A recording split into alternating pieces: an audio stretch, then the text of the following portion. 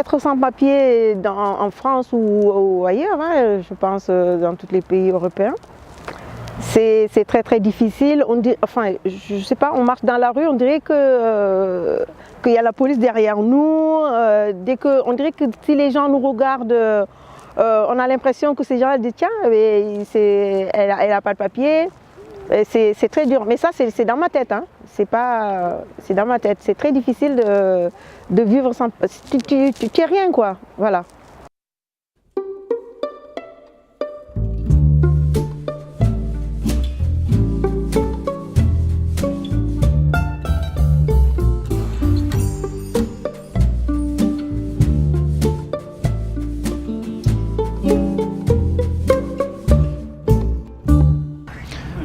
Et d'un coup, en fait, on se sent vraiment comme on est en français. En fait, moi, je me sentais vraiment comme français à part entière. Et de jour au lendemain, en fait, c'est comme si...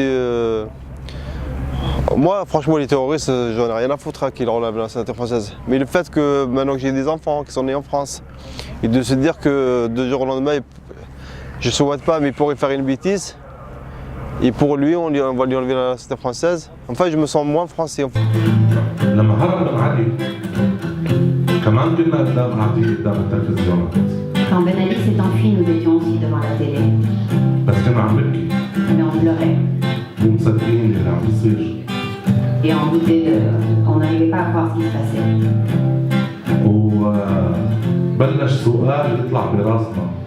Et une question a commencé à poindre en nous.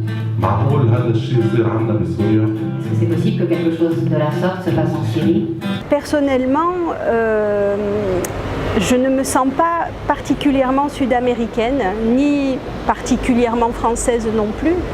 C'est-à-dire que je pense qu'il faut aussi reconnaître ce droit à une absence d'assignation à l'identité.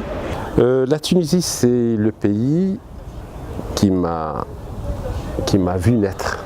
C'est le pays où j'ai fait ma scolarité primaire et secondaire.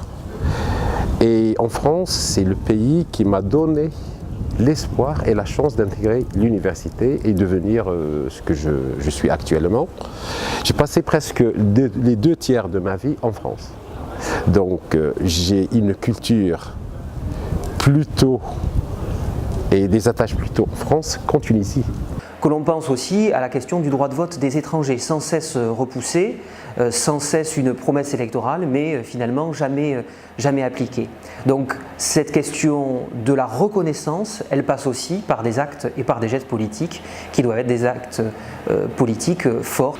Et puis moi je pense que si j'ai pu justement avancer à ma façon avec le rythme que j'ai décrit tout à l'heure, c'est parce qu'aussi je ne suis pas née ici et je n'ai pas connu toute cette stigmatisation qu'ont connue les jeunes. C'est vraiment bien dommage, le racisme et le chômage. Heureusement qu'il y a des sages, c'est le prestige de la France. C'est le prestige de la France, c'est la raison d'espérance.